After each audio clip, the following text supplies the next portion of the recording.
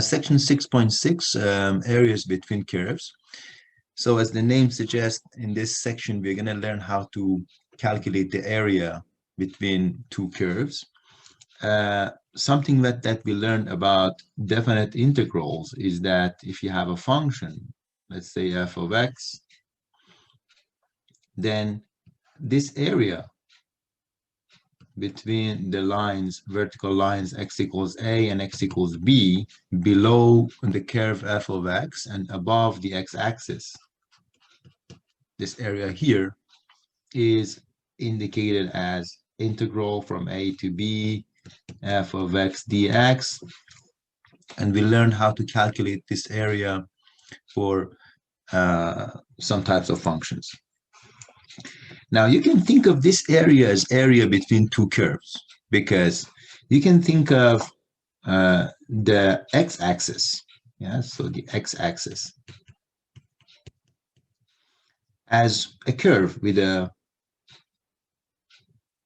equation, let's say g of x is equal 0 or y equals 0. So the line y equals 0 or g of x equals 0 is basically the x-axis. So when you think of this area, you can think of it as the area between these curves, f of x on top, g of x, which is y equals x at the bottom, and then we have the two vertical lines x equals a and x equals b. So there are different things that can happen for these type of the type of problems you're going to look at. So for example, you may have something like this. You may have, let's say, a function that is negative. So from x equals a to x equals b, the function, let's call that f of x, could be negative, that is, it's below the x-axis, and you're looking for this area here. Yes. So in that case, if you calculate integral from a to b of f of x dx, you're going to get negative whatever this area is. So for example, if this area is, let's say, 10 square units, this would be minus 10. But since you know that area is always positive, yes, then you know that you have to take the absolute value for that number, negative 10, so the area would be 10. So that's another thing that could happen. Or you can have a general rule for that. Or before that, let me explain the situation where you have two curves. So another situation is this. You can have, let's say, this curve here. I'm going to call that f of x. And let's say you have this other curve, which I'm going to call g of x. And you're looking for the area between these two curves. I'm talking about this area here. And between the lines, the vertical lines x equals a and x equals b. So how do you do that? What you can do in this situation is you can find the area below the f. Yeah, so the whole area between the f curve and the x-axis, which is going to be integral from f of x, from a to b of f of x dx. So this here would be the whole area under f above the x-axis. Then you can calculate the area above the x-axis and below j equals, below g of x. So from a to b, g of x dx. So in that case, you're calculating the whole area, and you're also calculating this area here below g of x above the x-axis, and then you subtract them.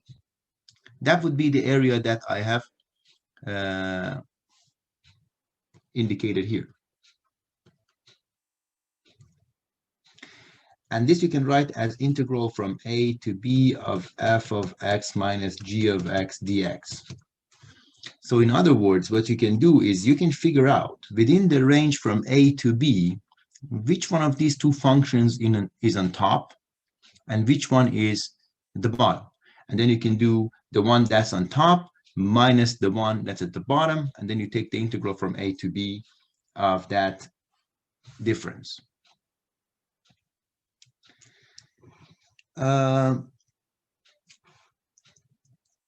Let's talk about another scenario. You may have a situation like this.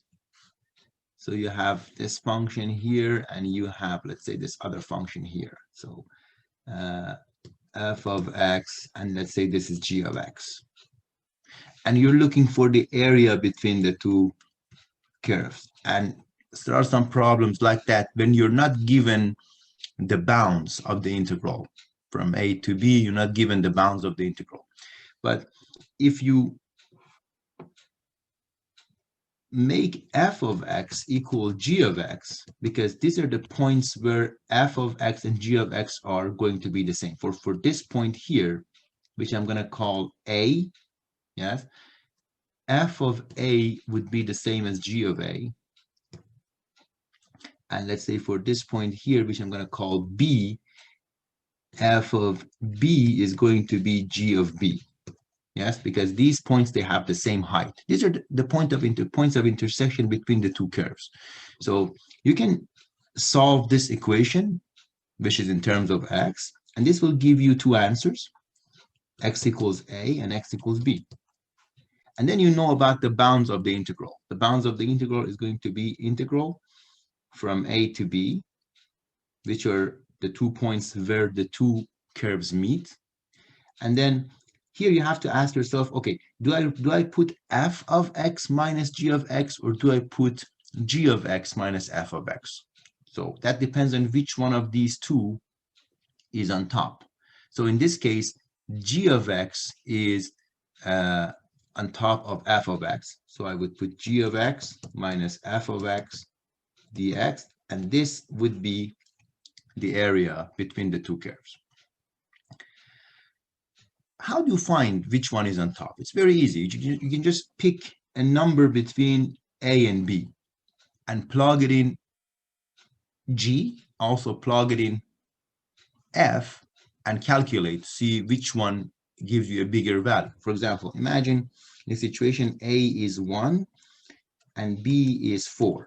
Yes, you just pick a number between 1 and 4, and that number could be 3. Yes, so you say x equals 3. And you plug in 3 into both functions. You calculate f of 3, you also calculate g of 3. And you check which one is bigger. If f of 3 is bigger, that means between the 2 points, between the two x values 1 and 4, within this range, f is above g. And if this one is bigger, then g is above f. Then you know in which order to write these. Does that make sense? Is that clear what I'm saying? Wait, can you just repeat that one more time? Yeah. Wait, So when you want to write this integral here, which indicates the area, yeah? So first you need to know the bounds. So the problem just gives you f of x and g of x. It doesn't give you anything else. Just two functions, f of x and g of x, and you're supposed to find the area between these two curves, yes? So one question you ask yourself is, what are the bounds of the integral? Yes? The bounds of the integral are where the two curves meet, the points of intersection between the two curves, because that would be the area between the curves, yes? So you have to make f of x equal g of x. You have an equation to solve. You solve the equation. So for example, if you're dealing with a quadratic equation, you can use the quadratic formula and you will have two answers, x equals a and x equals b. That will give you the bounds of the integral. It's integral from a to b. Now, do I write f of x minus g of x dx, or do I write g of x minus f of x dx? That depends on which one is on top. Yes? So for the graph that I have shown you here, this is g and this is f. Yes? So g between a and b, within this range of x, g of x is bigger than f of x. So I have to find this area from the x-axis up to g minus the area from the x-axis to f, right? And then subtract. So it's going to be g of x minus f of x dx. Make sense? Now, you might ask, how do I know which one is on top if I don't have the curve? Yes, I was trying to address this question. How do I know whether within the range from A to B, G is bigger than F or F is bigger than G? Yes, how do you know that? One way of doing that would be give a number, pick a number between A and B and plug in that number into both F and G and then compare. So, for example, if A is 1 and B is 4, a number between 1 and 4 would be 3 or 2. You pick a number, it doesn't matter what number, just pick a number between A and B, and you plug it into both F and G. The one that's bigger will tell you which function is generally bigger within this range. So, for example, in this case, if f of 3 is bigger, I would write f of x minus g of x here. But if g of 3 is bigger than f of 3, I'm going to put g of x minus f of x. Make sense? Is that clear? Yeah, that's good. Thank you. Very good. And what happens if you make a mistake? What happens if you just switch them? Yes. So imagine that this area here, yes, let's say here x is A and here x is B, and you were trying to figure out this area, and let's say that this function that's at the bottom is f of x and the one that's on top is g of x. Yes. So you make f of x equal g of x, and you solve this, you get two answers, x equals A and x equals B. So you know that the integral is from A to B dx.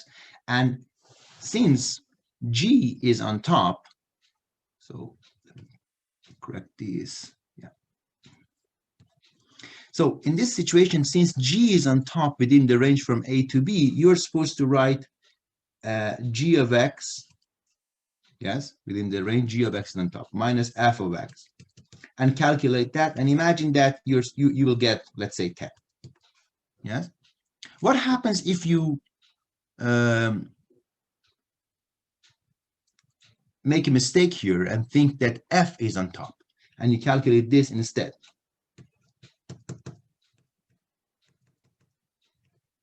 What do you think you would get?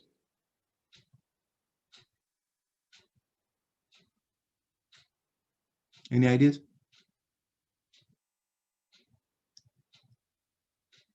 Notice that this is actually integral of g of x dx minus integral of f of x dx, which is 10. And this one here is actually integral of f of x dx minus integral of g of x dx. So what would you get?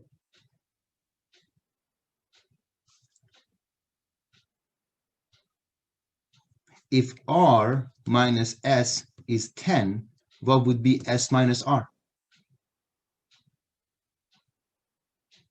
Is it negative 10? That's it, negative 10. So what happens is that you, after calculating this integral, f of x minus g of x, you will see that the area is going to be a negative number, which is impossible. Yes. Then you know that the area is actually absolute value of this, which is 10. So you get the answer. So this order is not actually a big deal. Yes. But what really matters is finding the points of intersection, because then you can write them in any order.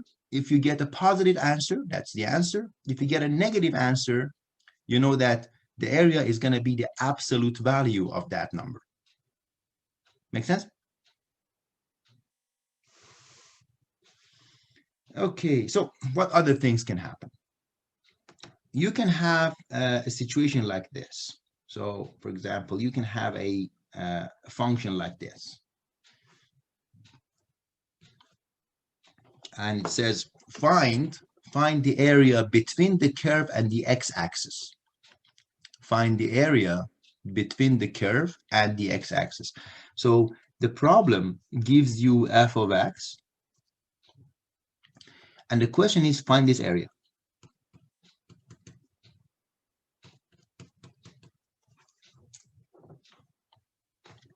So what do you do here, since you're trying to figure out the area between the curve f of x and the curve g of x equals 0, which is the x-axis, yes, you would have to figure out at what point f of x is going to be 0. So you have to solve f of x is equals 0, and you'll get 3 points.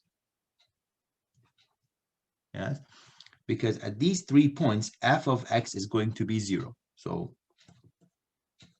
this could be, for example, a cubic polynomial. So let's say you get x is equal a, x is equal b, and x is equal c. You get something like that. So you know that the curve is going to intersect with the x-axis at these points a, b, and c. Yeah. Now, if you find the integral from a to c f of x dx, then that would not be the area under the, that would not be the area shaded here, because we talked about this before. We said that what this integral gives you is the net area.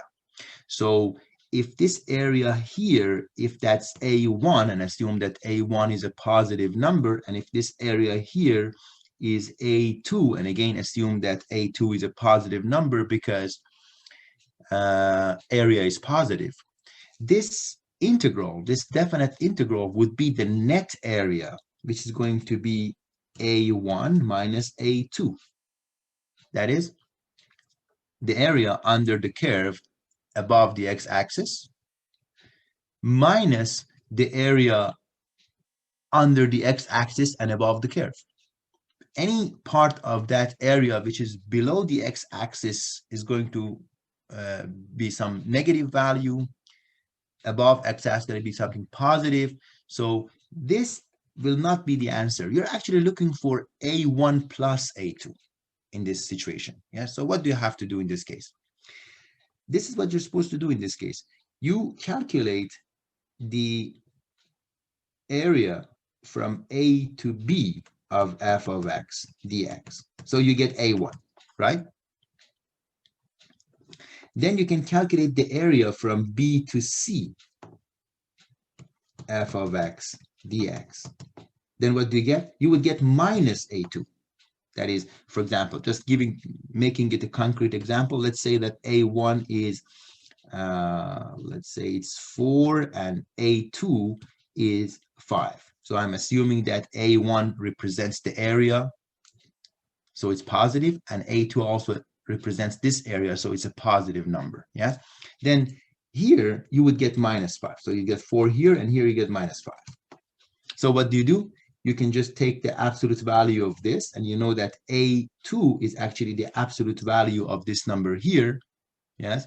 You just add up 4 and absolute value of this, which is 5. 4 plus 5, 9. Is that clear?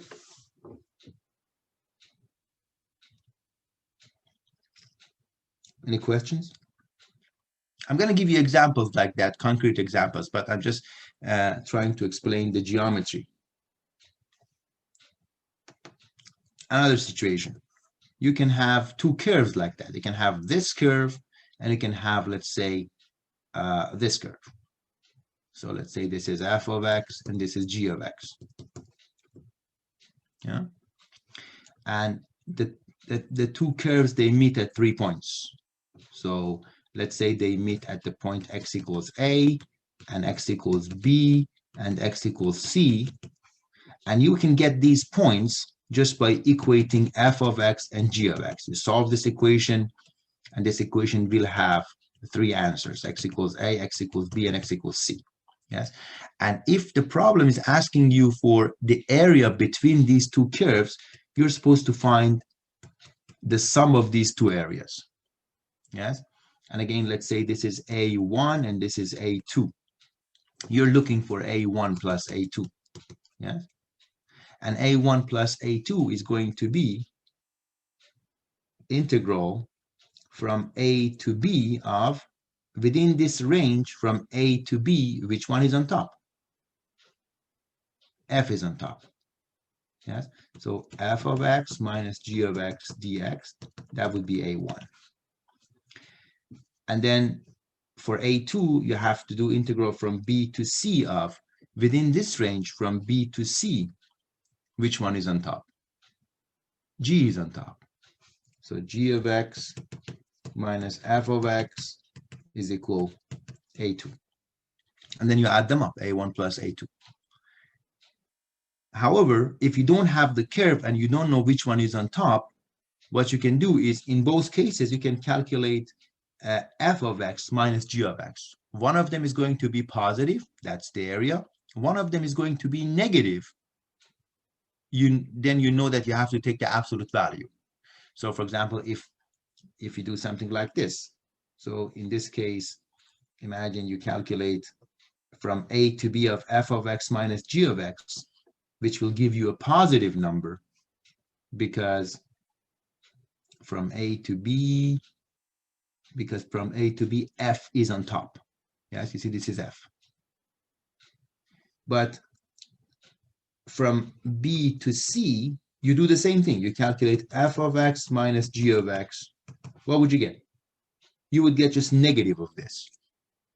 So you know that when you're calculating, when you're adding up the areas, you have to add up a and the absolute value of b. So again, imagine if you calculate in this situation g of x minus f of x, let's say you get 3. What would happen if you calculate f of x minus g of x? You would get minus 3. Then you will know that the area is actually 3. It's not minus 3. So what I'm trying to help you understand is that you don't need the curve to be able to calculate the area. There are 2 ways you can figure out which curve is on top. You can just pick a number between a and b, plug in that number into the functions. If you calculate, let's say that number, let's call that number d. Yes, then you can calculate f of d, and you can calculate g of d. And if f of d is bigger, like in this case, f of d would be bigger, then you know that f is on top. You can do the same thing in the other range. So you pick a number between b and c. Let's say that number is e. You calculate whatever f of e is and whatever g of e is. And in this situation, you can see that g of e is going to be bigger than f of e. Then you know which one is on top. So that's one way of doing it. So you know you have to calculate this and this one and then add them up. However, you don't need to even do that, because you can just put them in any order. Just f of x minus g of x. One of them is going to be positive, the other one is going to be negative. The one that's negative, you will take the absolute value for, and then add up the areas. Make sense? Any questions? Okay, now with these explanations and these scenarios, let's take a look at the theorem here.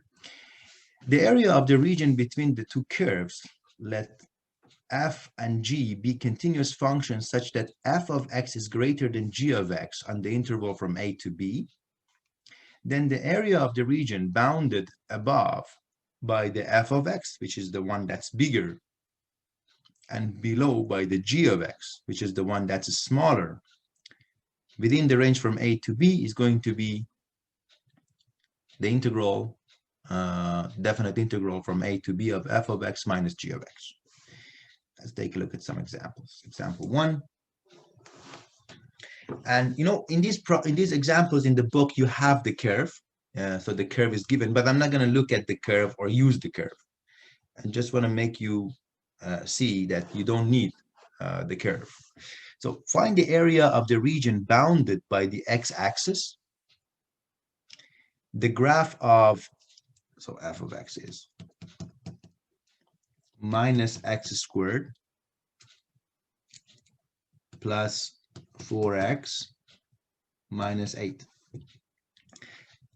So this one, and then g of x is going to be 0 in this case, which is the x-axis. And the two vertical lines, x equals -1 and x equals 4. Okay.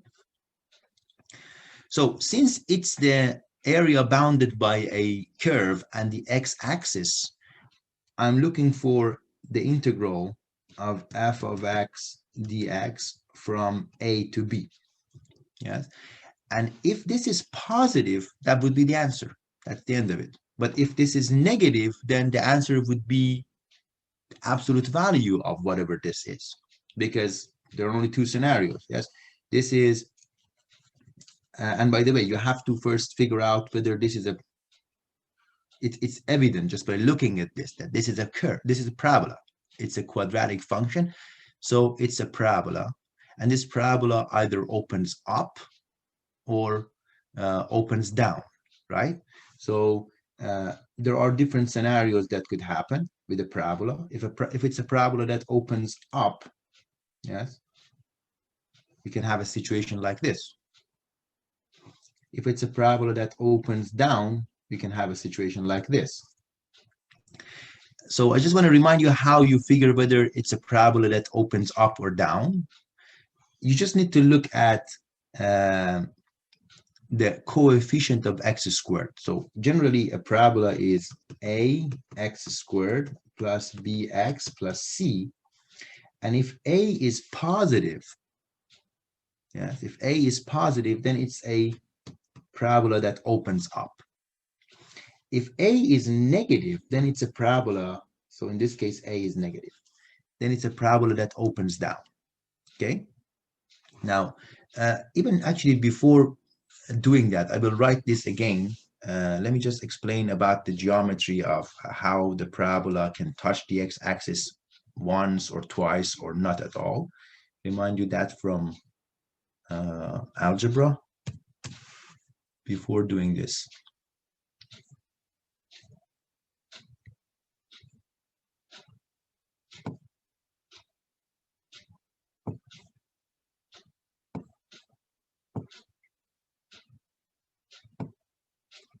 So when you have a function like f of x is equal ax squared plus bx plus c, yes, so we know it's a parabola, and we also know that depending on whether a is positive or negative, it's a parabola that opens up or down, right? Now,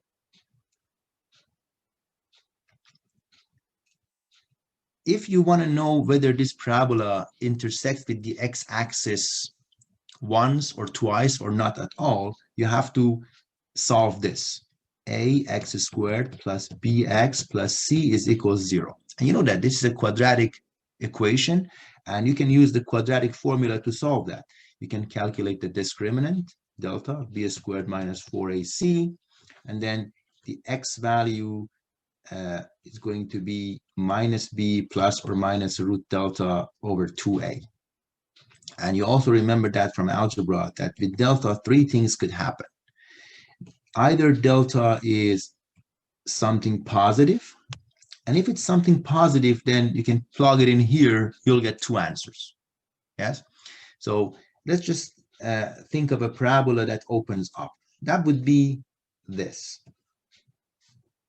In that scenario, you're going to get two answers. Because delta is something positive, you will get one answer for x. We can call that x1 and x2. You can get one answer for x with the negative and one answer for x with the positive. Yes. So then you know it's a parabola that opens up and it intersects with the x-axis twice. So you have two x-intercepts. The other scenario is delta is 0. If delta is 0, then this part of the formula disappears and you have only one answer, unique answer, negative b over 2a. So that would be, again, I'm giving you an example of a parabola that opens up. That would be a scenario like this. So the x-axis and the parabola, the curve, meet only at one point. And the third situation is if delta is negative, and you remember that in this case, we say there is no real solution. The equation, the quadratic equation, has no real solution. Geometrically, it would be like this. So you have a parabola that opens up and it never meets the x-axis. Yes. So the same things can happen with a parabola that opens down. Like the example we have here, with a parabola that opens down, you can have the same three things. So if delta is, so in the, let's say y is equal a x squared plus bx plus c, and here I'm assuming that a is negative. So the parabola opens down. If delta is positive, the discriminant, you have a situation like this. If delta is 0, then you have a parabola that opens down and meets the x-axis only once. So you have a situation like this. Here you have two solutions, here you have only one solution. And if delta is negative,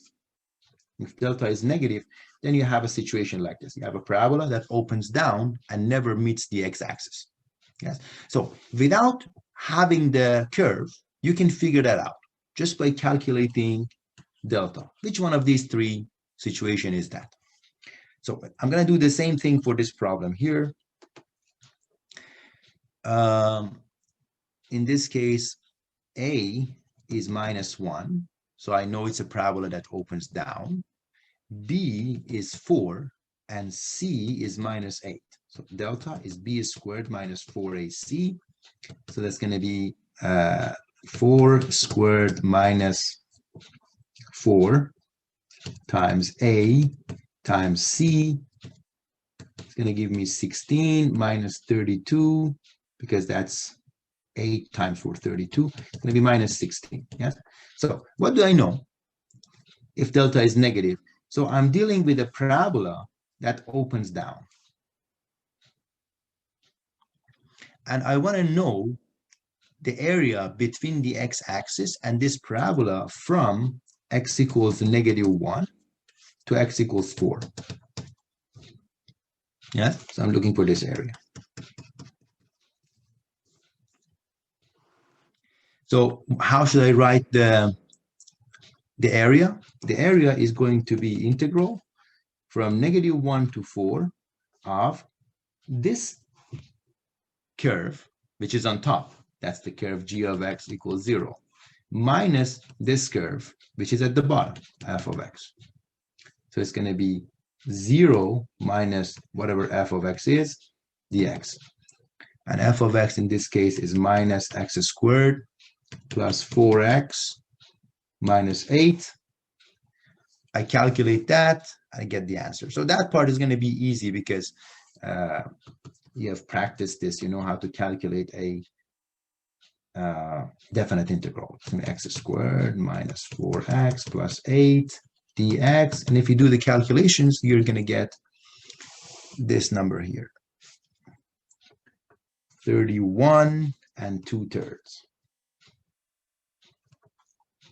which is the same thing as if I multiply 3 and 31, I get 93. 93 plus 2, 95/3.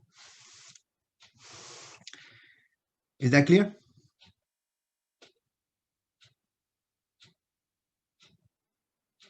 Okay, so I see Sorry, I got a Jeremy is question. asking a question.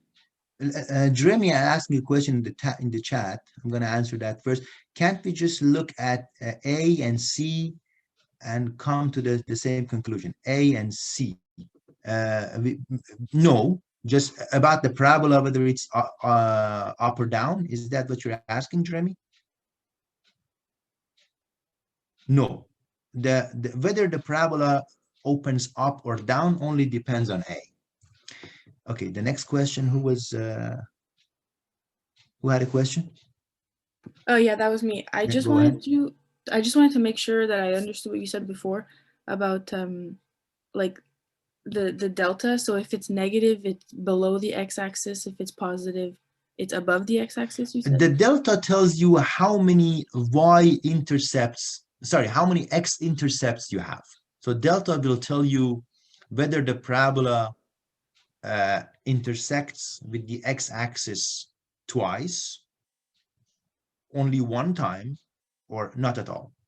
If the delta is positive, then, so again, imagine that you have a situation where A is positive. So you're dealing with a parabola that opens up. Three things can happen. You can have a situation like this.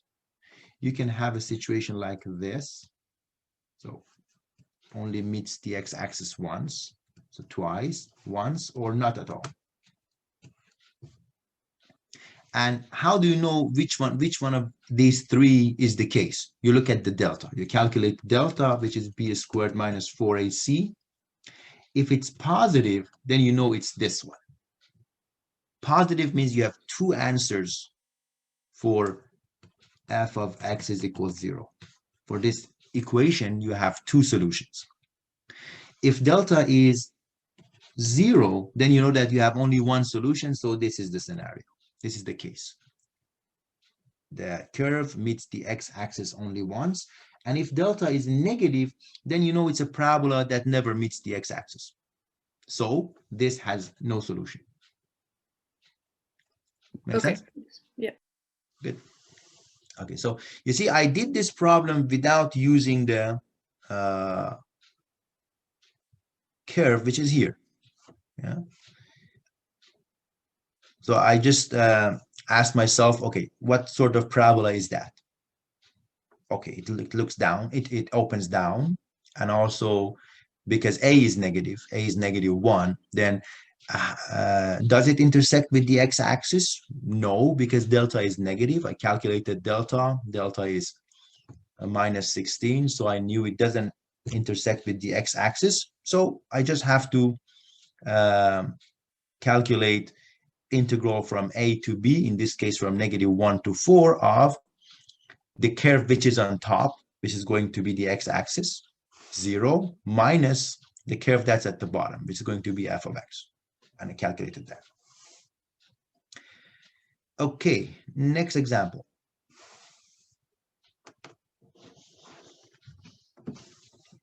Find the area of the region bounded by these two graphs. F of x is x squared minus 1, and g of x is x squared minus 4. And the vertical lines, x equals 1 and x equals 2.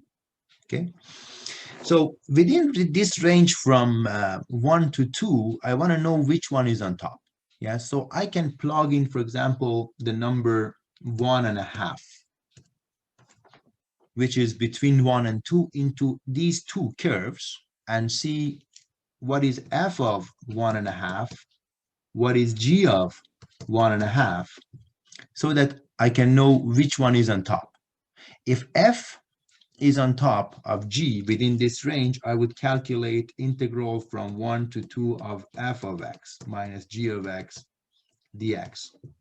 However, if it's the other way, if g of x is on top, I would calculate integral from 1 to 2 of g of x minus f of x dx.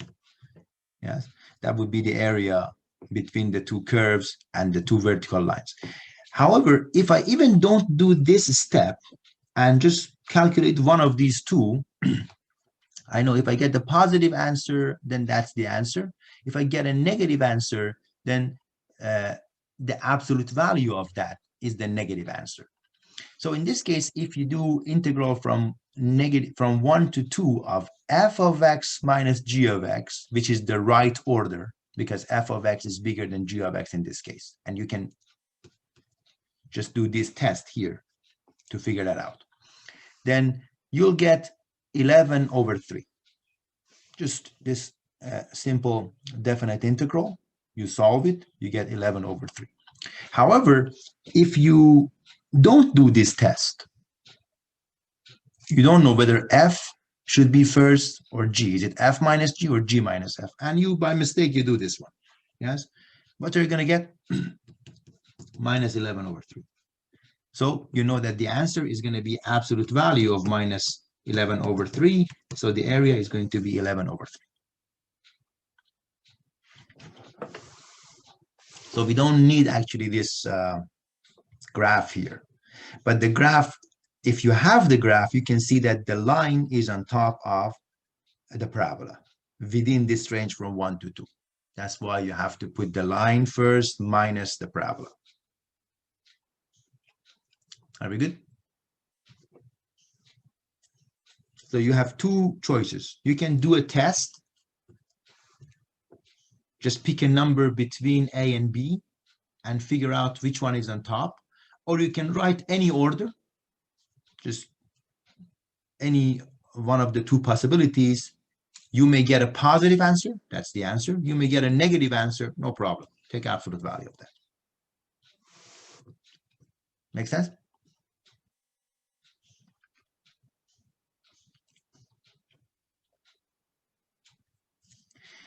Okay. So something else that I should probably mention here is that if you try to figure out where do these two curves meet, so if you do for this problem, for number 2, if you try to solve this, f of x is equal g of x, so that is 2x minus 1 is equal x squared minus 4, yes, then this is a quadratic equation. You move everything to one side, x squared minus 2x, move this to the other side, minus 4 plus 1, so minus 3 is equal 0, yes, and let's see, I'm looking for two numbers so that their sum is, you can use quadratic formula, but I'm trying to use factoring, doesn't matter, so x minus 3 and x plus 1 is equal 0. Then that will give me x is equal 3 and x is equal minus 1. So I can see that these two curves meet, but they meet at negative 3 and they meet at 3, at negative 1 and 3.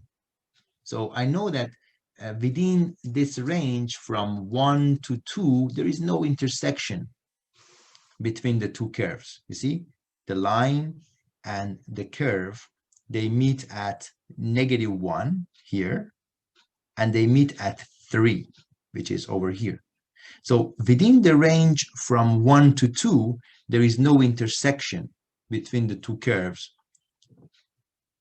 So I don't need to worry about them crossing each other. Make sense? Okay, let's do another one. Find the area of the region R that is completely enclosed by the two curves. So here we're not given any bounds. Yes. So we don't know, we know that there is a line. That's the line. And we know that there is a parabola. That's the parabola. A line and a parabola, they can meet and they can enclose an area. So how do we know the bounds of the integral? We just need to find the point of intersection between the two. So we have to make f of x is equal g of x. So 2x minus 1 is equal x squared minus 4. I think this is the exact same thing that we have here, yeah? 2x minus 1 and x squared minus 4, yeah. And so we just calculated what x would be in this case. X squared minus 2x minus 3 is equal 0. You can use any method. You can use factoring, you can use completing the square, you can use quadratic formula. So whatever method that you like, you can use, and you'll see that x is equal negative 1 and x is equal 3. So the answer is going to be either integral from negative 1 to 3 of f of x minus g of x, or integral from negative 1 to 3 of g of x minus f of x dx, depending on which one is on top. You can easily figure that out, which one is on top. Just plug in a number between negative 1 and 3 into each one of them. So f of x is 2x minus 1. So I can see f of 0 is negative 1. g of x is x squared minus 4. So I know that g of 0 is minus 4. G of 0 is minus 4. So you can see that f of 0 is bigger than g of 0. So that tells me that the line is on top. And if the line is on top, it's going to be this one.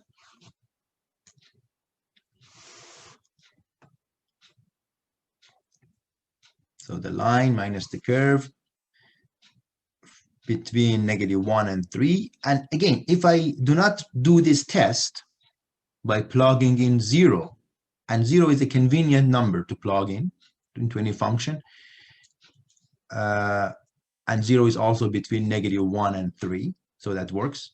If I don't do this test here, nothing horrible happens. I would get -32/3 if I put them in the wrong order. Make sense?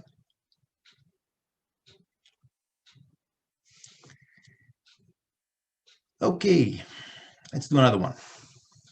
Any questions? Let's do example 4. Find the area of the region bounded by these two curves and the vertical lines x equals -1 and x equals 1. So we have f of x equals x squared minus 2x minus 1. And we have g of x is equal minus e to x minus 1. So, and also we are given the vertical lines x equals -1 or x equals 1.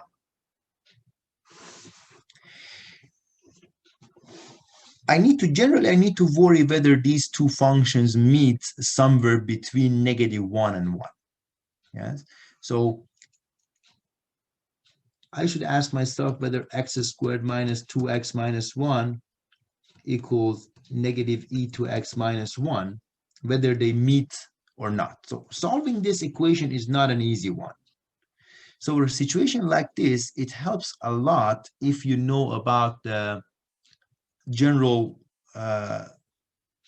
form of these functions. So you know how to graph. This is something that we learned in algebra, how to graph a parabola.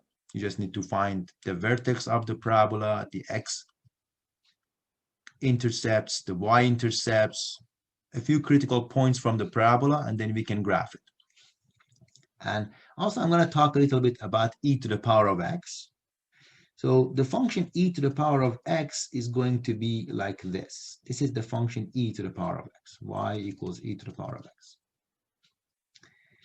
And then e to the power of -e to the power of x would be the reflection of this along the x-axis. So it's going to be like this. That would be y is minus e to the power of x. And this function that we're dealing here is this one shifted 1 unit down. Yes, because this -1, the effect of this -1 is that it will shift this 1 unit down. Yes, so, and you can also graph the parabola. So if you do that, you're going to get this situation. And you can see that they do not meet, they do not intersect, the two curves from -1 to 1, they do not intersect. So if you don't have a graphing tool for a problem like this, you either need to make these two equal and try to solve it, and you will see that they have no point of intersection, or you will have to graph them. So you graph the parabola, and for e to the power of x, you would use function transformations. E to the power of x is like this, so -e to the power of x is like this one, and then this -1 has the effect of 1 unit down. So you get this, there is no intersection between the two.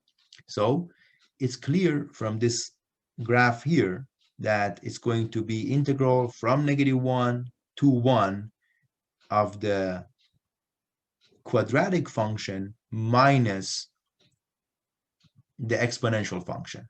because the exponential function is below the quadratic one. So it's going to be negative 1 to 1 of the quadratic minus the exponential. Any questions?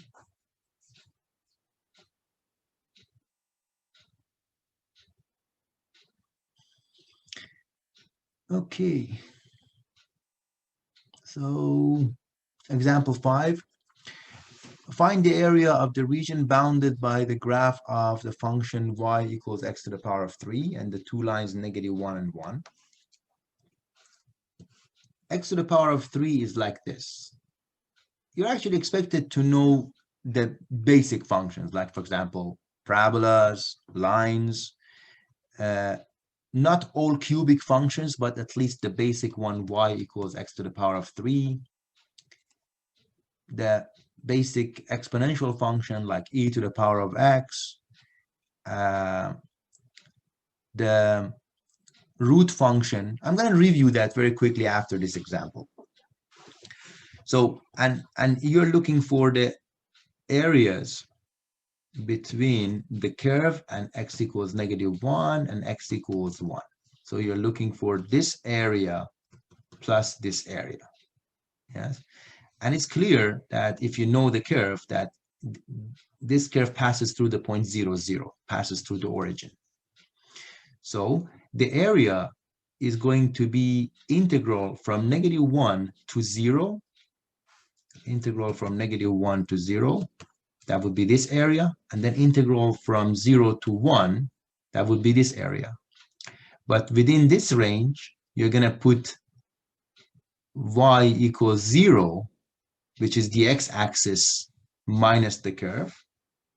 So 0 minus x to the power of 3 dx. And within this range, you're going to put the curve on top.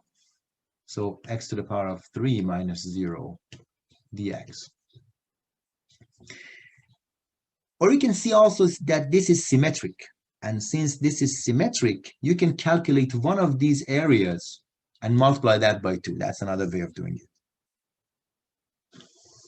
So integral from negative 1 to 0 of 0 minus x to 3 dx. And then integral from 0 to 1 of x to 3 minus 0. And then you add these two up. Each one is going to be 1 over 4. And when you add them up, you get 1 over 2. Is that clear?